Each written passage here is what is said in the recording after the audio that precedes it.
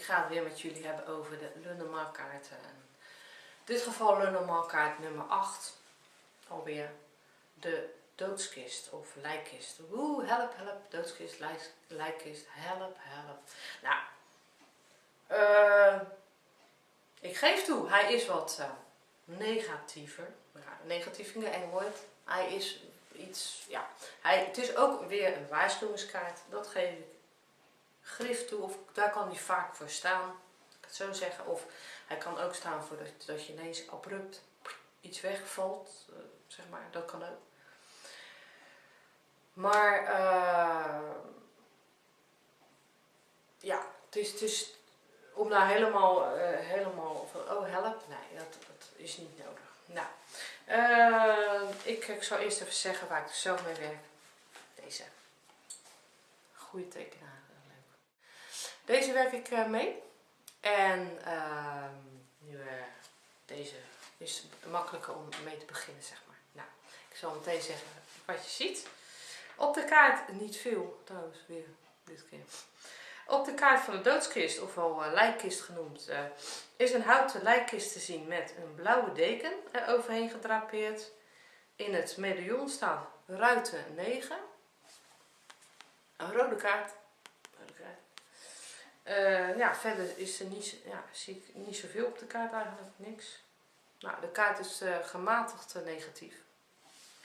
Dat betekent dus weer dat het de aanleg van welke kaarten liggen ernaast. Dus een positieve kaart, een heel positieve kaart, dan wordt deze kaart ook wat minder negatief. Of liggen er ook wel iets negatievere kaarten, ja, dan is het vaak wel een waarschuwingskaart. Nou, korte beschrijving.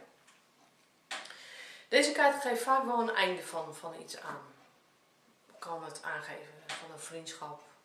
Dus kan iets gaan gebeuren, zeg maar. Maar ja, een einde geeft wel heel vaak ook weer een nieuw begin aan. Dat is echt zo. En meestal, ja, dat is zo. En meestal verbetert de situatie zich. Het kan niet altijd, maar vaak wel, zeg maar. Ja, het kan ook zijn dat je relatie verbroken is en dat je daar dat je iets aan het verwerken bent. Dus dan is het al gebeurd, maar dan ben je het gewoon aan het verwerken. En ja, dan ben je het verlies aan het verwerken van dat je relatie voorbij is. Dat is natuurlijk ook een ontzettende impact wat je dan kan krijgen. Deze kaart die staat oorspronkelijk voor een daderrol. Een daderrol is een dader, ja, moet je dat zeggen, in de relatie. Bijvoorbeeld, je hebt wel een slachtofferrol en daderrol. En dan staat deze wel voor degene die wel de daderrol op zich zou kunnen nemen, zeg maar. Ja, degene die gewoon manipulatief is of niet helemaal koosje, eerlijk. Nou goed, die kant op, ja. Zelf trek ik hem ook wel vaak voor, als ik zeg maar mijn klanten, vaak, maar kan ik hem trekken en dan kan hij ook betekenen dat het op dat moment in een slachtofferrol zit. Daar trek ik hem. Dus ik heb de boom niet als slachtofferrol of de wolken, maar ik zal dan deze trekken. Ja. Dat geeft dan ook weer inzicht in van, hey, ik heb een blinde vlek. Ik wil daar anders mee omgaan. Hoe kan ik daar anders mee omgaan? Kijk, als je al het idee hebt van, oké, ik kan hier zelf iets aan doen. Dus stel je voor hij valt in jouw ligging. Als je die zelf doet voor jezelf. En het zou kunnen dat het een slachtofferrol dat hij eruit komt. Dat je denkt, oké, wat gebeurt er in mijn leven wat niet tof is? Hoe kan ik daar zelf in veranderen? En hoe kan ik zorgen dat ik niet aan het verzwelgen ben in mijn eigen verdriet? Kijk, het is maar net aan wat er allemaal natuurlijk om je heen gebeurt. Maar op een gegeven moment dat je denkt van, ik kom niet verder, maar ik wil wel verder, maar snap je? En dan geeft deze kaart wel inzicht.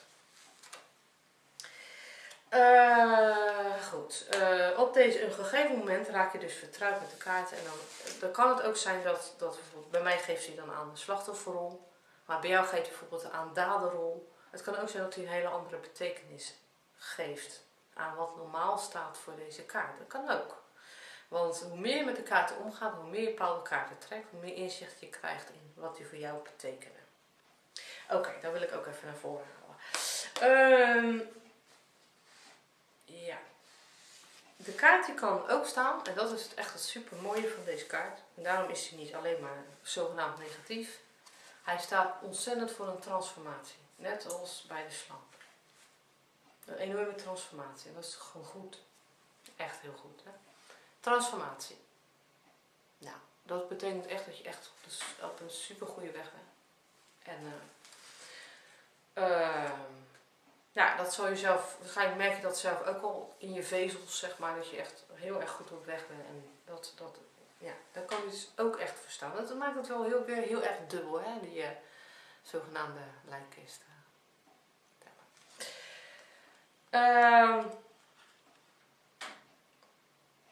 Ja, dus het kan zelfs zo zijn als je in deze kaart trekt met de kaart de berg, dat de problemen, want een berg staat vaak voor problemen, en grote problemen vaak, dat door deze kaart trekt, dat een gecombineerde kaart, zeg maar, dat die problemen opgelost gaan worden.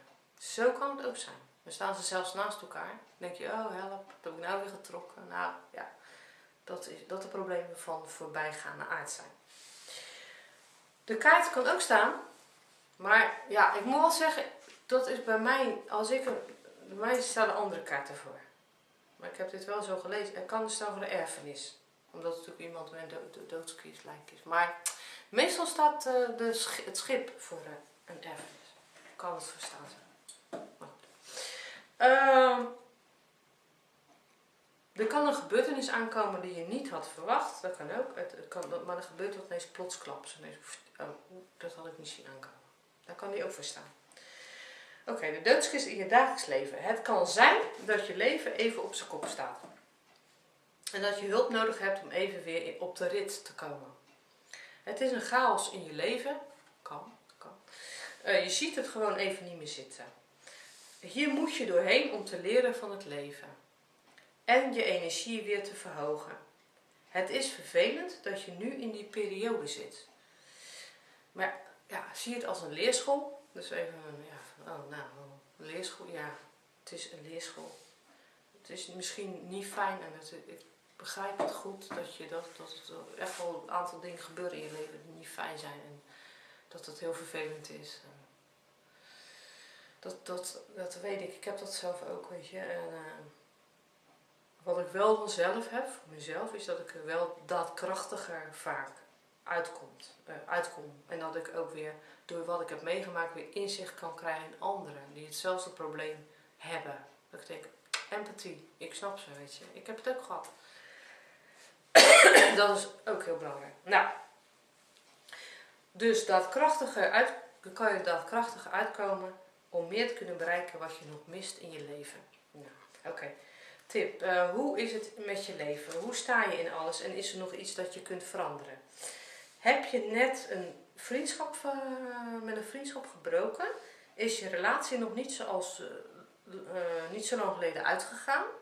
Of wat voor disbalans is er nog in je leven? En waar maak je korte metten mee? Want daar staat hij ook voor, korte metten maken. Heb je problemen met een verslaving? Zo ja, wat voor verslaving? En hoe komt het dat je in de put zit? Of juist dat het goed is dat je je ballast kwijtraakt. Daar staat hij ook voor, ballast kwijtraken. Een geestelijke verandering. Persoonlijkheidskenmerken. Nou, iemand die somber ingesteld is, vaak zeg maar, is dat zo? Diegene ziet het allemaal niet zo rooskleurig in op het moment. En het kan ook zijn dat iemand zijn ware gezicht niet laat zien. Iemand met ingehouden woede die er niet uitkomt, de woede. Dus dan, ja. Die manipulatief kan zijn, een daderrol.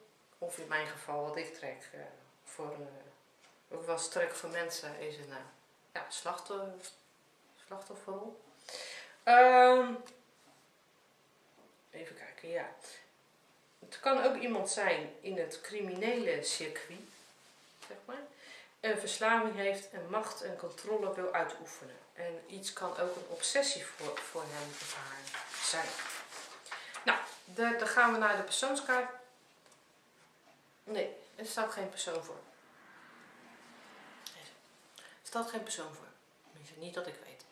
Als jullie denken, ja, ik heb het wel gelezen, dan hoor ik het graag. Want daar leer ik veel van. Maar ik denk het niet. Wat voor werk past bij je? Nou, het is heel leuk. Ik heb niet zo lang geleden een klant gehad. En die wist niet zo goed. Ze was bezig met een studie. En zo. Ik wist nog niet wat voor studie.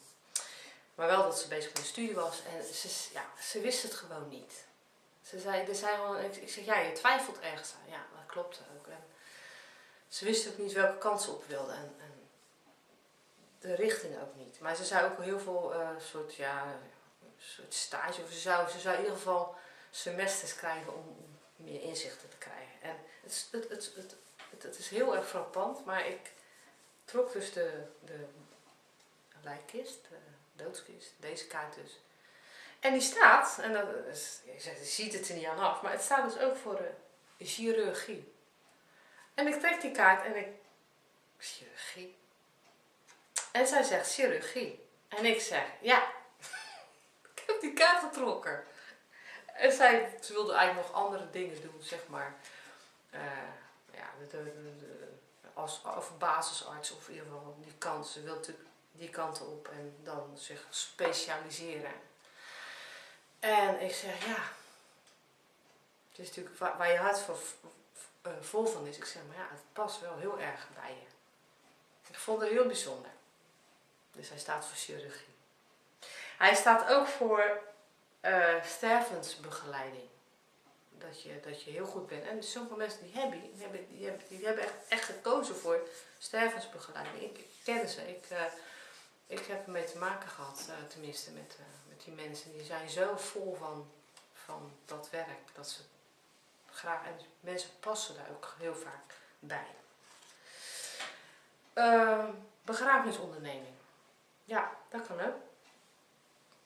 Je kan ook een hele andere kant op slaan, dat is archeologie. Want dat heeft ook te maken met de grond en zo, dus dat kan ook. Of, dan kun je heel erg ver nadenken, vuilnisverwerking, dat is dus weer heel wat anders. Maar hij kan dus ook staan voor,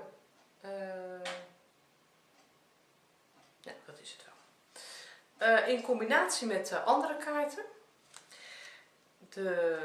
Als je deze kaart trekt met de ruiter, dan kan er slecht nieuws op komst zijn. Als combinatiekaart is. Of je trekt hem met de klaver. De wens naar een drastische verandering. Dus je wil echt dat er een verandering komt. Maar echt meteen, weet je, met zo zat. Als je die met de slang trekt, dan kan het zijn dat je een illusie armer bent of wordt. Ja, oké. Kan. Als je die trekt met de vos, dan kan het zijn dat je manipulatief bedrog, want de vos staat vaak voor manipulatieve mensen. Kan weer staan voor. Trek je met de maan, dan kan het betekenen dat het einde is van je werk. Als je het over de vraag over je werk is. Hè? Dat was die weer. Ik vind het leuk om filmpjes voor jullie te maken en hopelijk hebben jullie er ook wat aan en zijn jullie enthousiast om zo'n setje te kopen of zo en zelf mee aan de slag te gaan. Het is natuurlijk het is een orakelkaart, het is geen tarotkaart. Het is een orakelkaart, het is anders, maar ik vind het zelf echt super leuk om mee te werken. Oké. De volgende keer, dat is kaart nummer 9, dat is de ruiker, een bloem, een ruiker. En daar ga ik het met jullie dan weer over hebben, ook met jou. En in ieder geval fijn dat je langskwam of dat je in ieder geval luisterde en dat je dit filmpje hebt bekeken. En tot de volgende keer. Tot ziens!